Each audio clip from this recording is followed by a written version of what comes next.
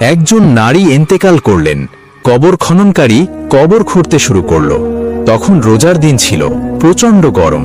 হঠাৎ তার মাথা ঘুরে গেল এবং সে সেই কবরের ভেতরেই পড়ে গেল।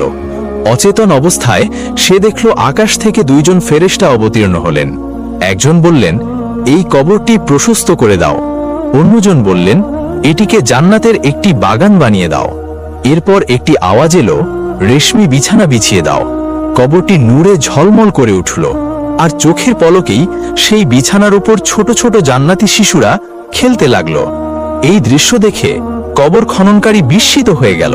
সে জিজ্ঞেস করল, এই নারী এমন কি আমল করেছিলেন যে তার জন্য এরকম প্রস্তুতি নেওয়া হচ্ছে? ফেরেশতা বললেন, এই সেই নারী যিনি সারা জীবন নিঃসন্তান ছিলেন। তার স্বামী তাকে বন্ধা বলে তিরস্কার করত, কিন্তু তিনি আল্লাহর সন্তুষ্টির ওপর ধৈর্য ধারণ করে সবকিছু সহ্য করেছিলেন।